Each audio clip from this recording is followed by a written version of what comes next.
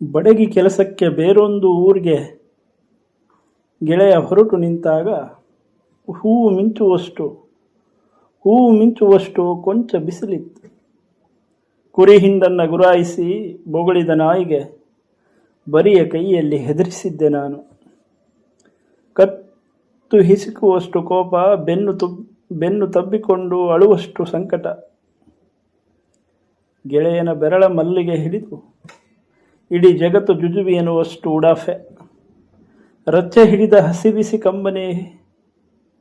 ಓ, ಎಷ್ಟೆಲ್ಲ ರಹಸ್ಯ ಬಚ್ಚಿಟ್ಟುಕೊಂಡೆ.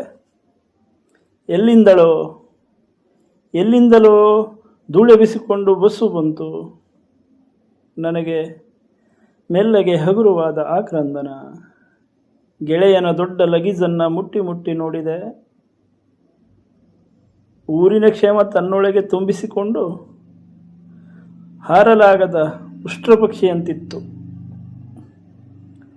ಒಮ್ಮೆ ನನ್ನ ಕೈ ಚುಂಬಿಸಿ ಹಠತ್ತನೆ ಕಿಟಕಿ ಪಕ್ಕದ ಸೀಟಿನಲ್ಲಿ ಕೂತ ಗೆಳೆಯನಿಗೆ 26 ಹಲ್ಲುಗಳು, ಚಿಕ್ಕ ತಲೆಯಲ್ಲಿ 3 ಸುಳಿ, ಮೊಣಕಾಲಿನ ಮೇಲೆ ಸುಟ್ಟ ನಯಾ ಪೈಸೆಯ ಗಾಯ. ನನಗೋ 13 ವರ್ಷಕ್ಕೆ 1 ದಿನ ಬಾಕಿ.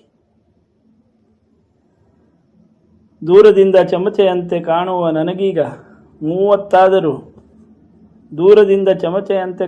ನನಗೀಗ 30 ಪ್ರಿಯ ಗೆಳೆಯನಿಗೆ ಮಾತ್ರ ಇನ್ನು 14 ವರ್ಷ.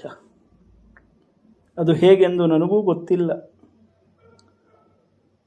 ಮರಳಿ ಬಾರದವರಿಗೆ ವಯಸ್ಸಾಗುವುದಿಲ್ಲವೆಂದು ಅರ್ಥವಿರಬಹುದೇ?